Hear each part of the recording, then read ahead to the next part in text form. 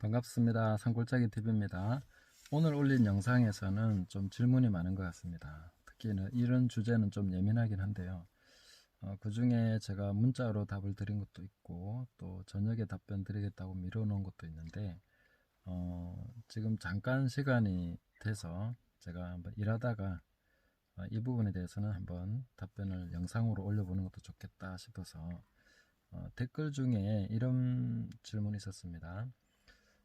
아담 안에서 태어날 때는 죄인으로서 선택할 권한이 없이 그냥 태어났는데 어떻게 예수님을 믿고 구원받는 것은 믿음으로 되는 거냐, 이거 일종의 선택에 맡겨졌는가 하는 그런 문제인 것 같습니다.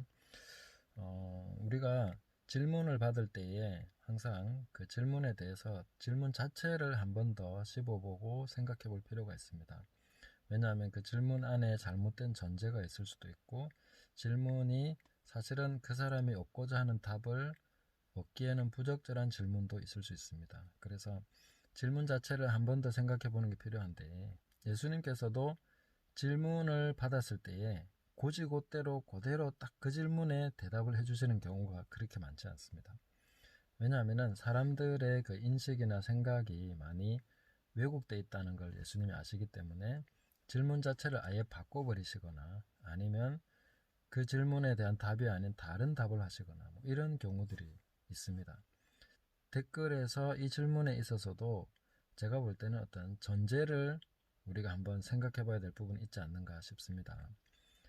물론 그렇게 일부러 생각하는 것은 아닙니다. 근데 그런 질문을 할 때 은연중에 하나님은 뭔가 불합리한 일을 하시는 분 같다, 혹은 인간이 아담 안에서 태어날 때 다 죄인으로 태어난다는 것이 뭔가 하나님이 크게 잘못하시는 게 아니냐, 뭐 이런 류의 그 하나님께 은근히 책임을 돌리고 뭔가 하나님을 비난하는 듯한 그런 느낌의 그런 전제가 깔린 질문일 수 있다는 거죠. 그러니까 그 질문을 하면서도 그런 생각을 한다는 것은 아닙니다. 그런데 그 질문 안에 그런 암시적인 전제가 들어있는 경우가 종종 있다 하는 것을 우리가 질문을 한번 살펴보면서 생각해야 됩니다. 그래서 이 아담 안에서 태어나는 것이 뭔가 하나님이 불합리한 일을 하신 것이 아니라 이것이 오히려 하나님의 큰 은혜의 역사고 우리 인생에게 주신 기회, 그 은혜라는 것을 우리가 정말 생각하면서 내가 이 땅에 태어난 것만으로도 감사해야 되는 거죠. 내가 구원받고 받지 못하고를 떠나서 이 세상에 지금 이 공기를 마시면서 살고 있다는 자체가 하나님께 감사해야 될 것이죠. 그것을 먼저 인정해야 이 질문에 대한 대답이 수월하게 풀려갈 수 있습니다. 그렇지 않고 하나님이 뭔가 잘못하셨잖아요, 이렇게 따지듯이 들어가면 그러면 왜 나머지 사람들은 구원을 안 해주시는 거예요, 이런 식으로 이제 또 들어갈 수 있겠죠. 물론 그 질문에 대해서도 우리가 충분히 대답을 할 수 있습니다만은 먼저는 이 전제를 살펴서 하나님은 그런 분이 아니시다, 인생에게 무슨 불합리한 일을 하시거나 선하지 않은 일을 하시는 분이 절대로 아니다, 이 세상에서 일어나는 모든 불합리와 또 선하지 않은 모든 것은, 악한 모든 것은 하나님이 하신 일이라고 하면 안 되는 것이죠. 그래서 태어난 것에 대해서 오해를 하면 안 된다.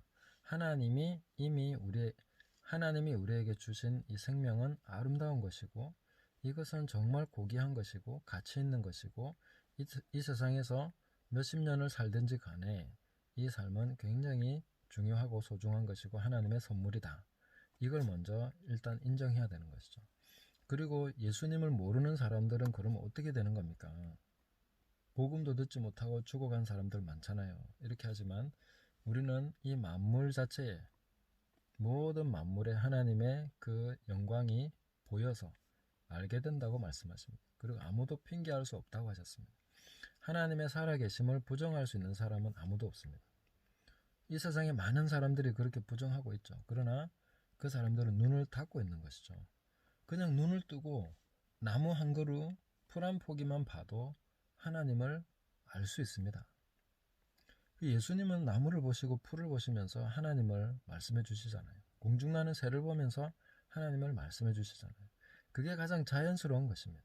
와, 새를 보니까 걱정도 안 하고 뭐 창고에 모아들이지도 않는데 다 저 많은 새를 누가 다 먹이냐. 이 자연 만물이 어떻게 이렇게 잘 돌아가면서 모든 생물들이 봄, 여름, 가을, 겨울 사계절을 맞이하고 지구가 자전을 하면서 태양계를 공전하면서 온 우주가 지금 돌아가고 있다는 것을 아는 사람이 하나님을 부정한다는 것은 정말 힘쓰고 애써서 지각과 모든 것을 가린 결과지 하나님께서 그 사람이 구원받지 못하도록 하신 것이 아니라는 거죠. 이 모든 만물에서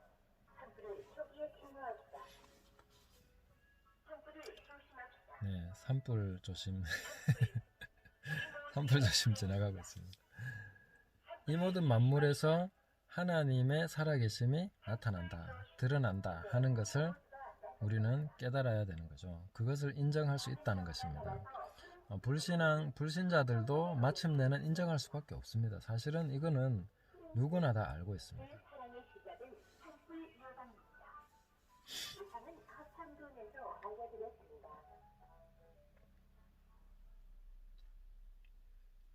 네, 너무 소리가 커서 지나가고 나서 말씀드리겠습니다. 이거 그대로 안 자르고 올리면 좋겠네, 그죠? 재밌겠다. 어쨌든 그렇게 하나님께서 주시는 은혜라는 것을 분명하게 인정하고 들어가야 됩니다. 그래서 예수님을 믿고 구원받는다는 것은 은혜 위에 은혜인 것이죠. 그냥 이 땅에서 80년 살다가 가도 감사한 것입니다. 그렇다면 이제 질문으로 다시 돌아와서 그러면 그리스도 안에서는 왜 믿음으로 구원받게 되어 있는가 하는 것을 말씀드립니다. 그 믿음으로 구원을 받는다는 것은 믿음을 한 구원의 방편으로 생각하기 때문에 또 그렇게 생각하는 것이 있습니다. 그러니까 믿음이라는 것은 구원의 한 방법이 아닙니다. 그 믿음은 그냥 은혜인 겁니다.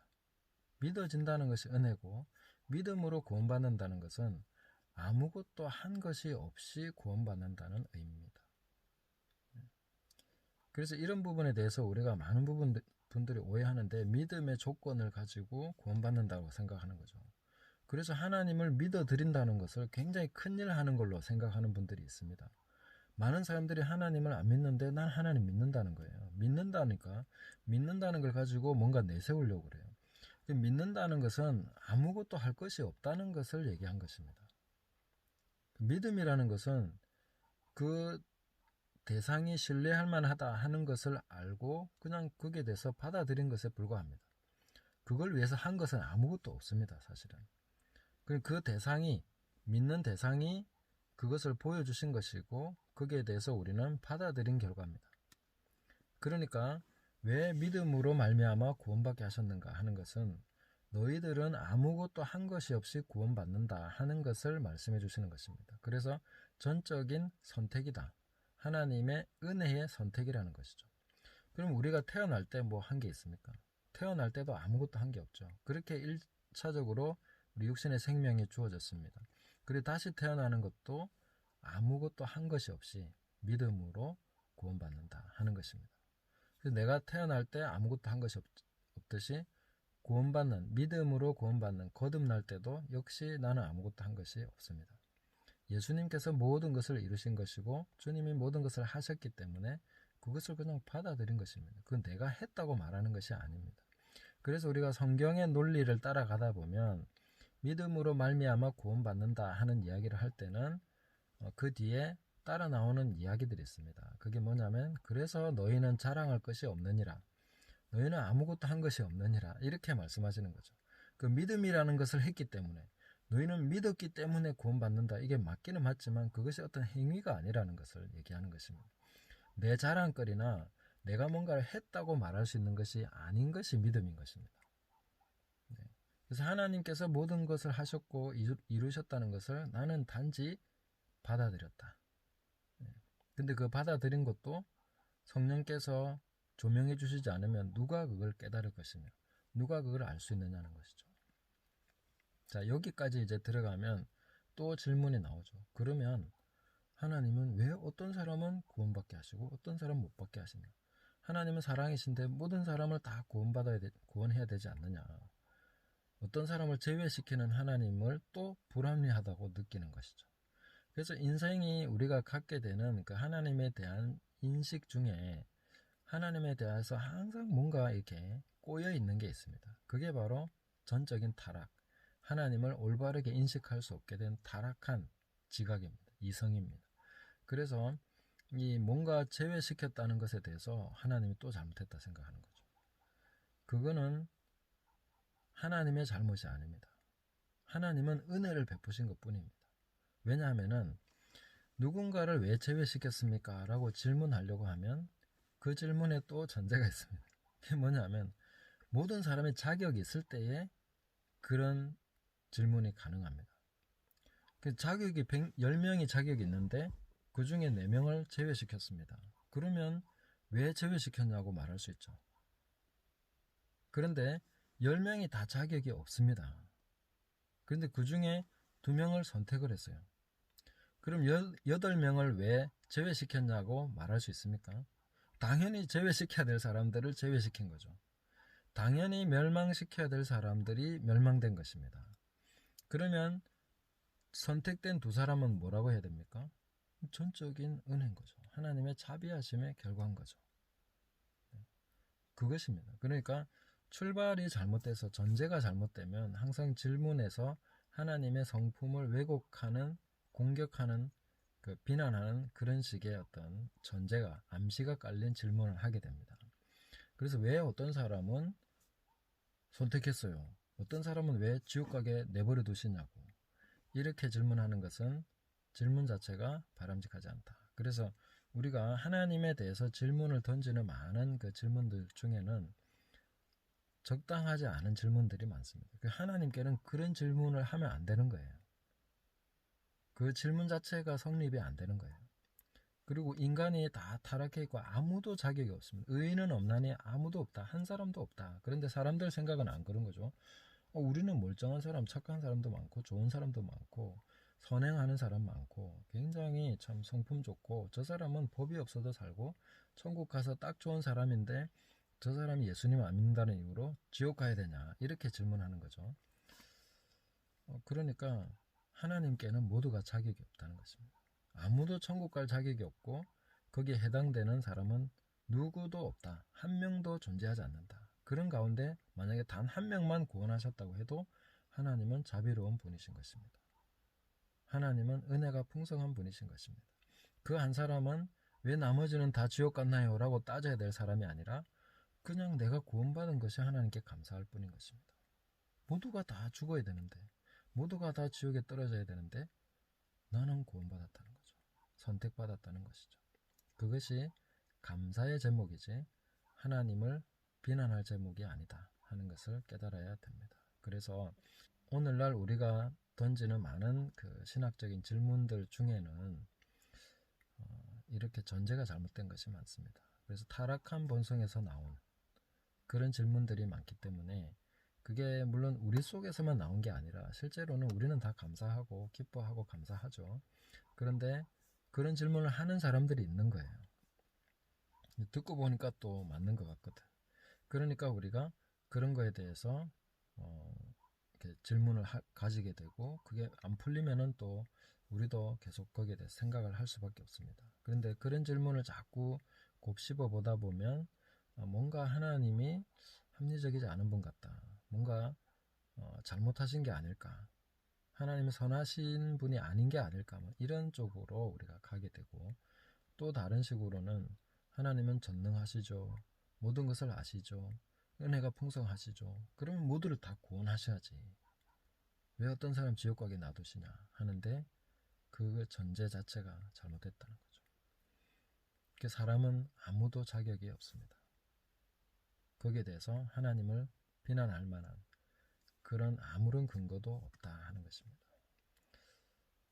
물론 하나님은 전능하신 분이 맞습니다. 그러나 하나님은 무법하게 움직이는 분이 아닙니다. 법이 없는 분이 아니라는 거죠. 우리에게 율법을 주시고 지키려는 법을 주신 분입니다. 법을 제정하시는 분입니다. 하나님은 법칙을 준수하는 분입니다. 그러니까 그 법을 스스로 어기시면서까지 무슨 일을 하신다고 생각하면 안 되는 거죠. 하나님이 정하신 법을 정하실 만큼 그런 뭔가 규칙적으로 원칙적으로 하나님이 하시는 분이신데 그런 것에 대해서 하나님을 오해하면 안 되는 것이죠. 전능하시다는 것이 마음대로 한다는 그런 의미가 결단코 아니다 하는 것을 깨달아야 될 것이고, 사람에 대해서도 그러면 어떤 또 여기까지 질문하면 또 질문이 나오죠. 그러면 사람들이 믿게 만들면 되잖아요. 하나님 다 하실 수 있으니까 사람들을 좀 믿게 만들어 주시면 되는 거 아닙니까? 뭐 대부분 간증하는 사람들 보니까 다 하나님이 하셔가지고 마음 바꿔주시고 막 이렇게 해서 다 믿었다고 하는데, 그 믿게 만들어 주시면 되는 거 아니에요? 라고 또 질문할 수 있죠. 네, 그런 거에 대해서도 항상 보면 그 질문의 전제가 좀 잘못되어 있습니다. 그 사람이 누가 시키면 호락호락하게 하는 존재가 아니지 않습니까? 그 하나님이 마음을 바꾸신다는 것은 그거는 처음부터 하나님은 그렇게 하시지 않기로 결정하신 것인데, 안 그랬습니까? 마음을 바꾸실 것 같으면 똑같이 만들어버리지 뭐 하려고 이렇게 개성있게 자기가 원하는 것이나 이런 생각이나 이런 것이 뚜렷한 이런 사람들이 되도록 만드셨겠습니까? 하나님은 그걸 바꾸시는 분이 아닙니다. 그리고 마음을 그렇게 역사하신다는 것도 오랜 시간 동안 하나님께서 감동하시고 하시는 그런 역사들을 지금도 계속 하고 계십니다. 하나님은 정말 신실하게 모든 사람들이 구원받도록 역사하고 계십니다. 어떤 사람은 선택하셨잖아요. 어떤 사람은 아니잖아요. 그거는 우리 입장입니다. 우리 편에서 만든 신학입니다. 그 신학이 틀렸다고 하는 것이 아닙니다. 그러나 선택이냐 아니냐는 아무도 모른다는 것에서는 사실은 아무 필요 없는 신학이라고 말씀드리고 싶습니다. 그러니까 하나님이 선택하시는 건 맞지만 누가 선택받았는지, 저 사람 선택받았어, 저 사람 선택 못 받았어, 죽기 직전까지 아무도 그걸 알 수가 없습니다. 그러면 그런 신학이라는 것은 사실상 불필요한 신학인 거죠. 그 신학은 오로지 하나에만 필요합니다. 하나님이 나를 선택하셔서 예정하셔서 지금의 나를 구원하신 그 하나님이시다 하고 인정하고 찬양할 때만 필요한 신학입니다. 그 나머지에서는 아무 쓸모가 없는 신학입니다. 전도할 때, 뭐 일상생활할 때 버리십시오. 하나님 찬양할 때만 그 예정론을 사용하시면 딱 맞습니다. 그때는 하시면 됩니다. 그건 정말 좋은 신학입니다. 그러나 그 적용 범위를 자꾸 넓혀가서 모든 사람이 다 예정돼 있는데 뭐 이런 식으로 나가면 그거는 남용한 것이죠. 약을 오용한 것과 같습니다. 여기에 맞는 백신인데 아무 때나 다 찔러가지고 모든 병을 고칠 수 있다고 생각하면 안 되는 거죠. 그 예정론이라는 것은 딱 한 부분입니다. 하나님을 찬양하고 감사하고 영광 돌리는 거기에만 사용하시면 됩니다. 그 나머지는 쓰레기통에 버리시고 아무것도 결정되지 않은 것처럼 살아가시면 됩니다. 그리고 인간은 굉장히 존귀하게 만들어졌기 때문에 하나님도 함부로 하시지 않는다 하는 것을 우리가 좀 더 깨달아야 되겠습니다. 그 인간에 대해서 책임이 있다 하는 것을, 우리 자신의 책임을 하나님께 떠넘기듯이 그렇게 신학을 적용하는 것도 잘못입니다. 그래서 이 적용의 오류가 생기지 않도록 또 하셔야 된다 하는 것도 말씀드리겠고요. 그래서 우리가 아담 안에서 죄인으로 원죄를 가지고 태어난 것은 하나님의 실수나 잘못이 아니다. 그것은 하나님의 은혜다. 내가 태어나지 않았으면 어떻게 예수님을 믿었겠는가? 이 생명이 태어나기까지 그 역사가 얼마나 또 대단한 역사입니까? 기적이죠. 내가 태어난 것이 기적입니다. 지금까지 살아온 것이 은혜입니다. 그걸 인정하고 그 다음에 질문할 수 있는 것이죠. 네, 여기까지 말씀드리겠습니다. 감사합니다.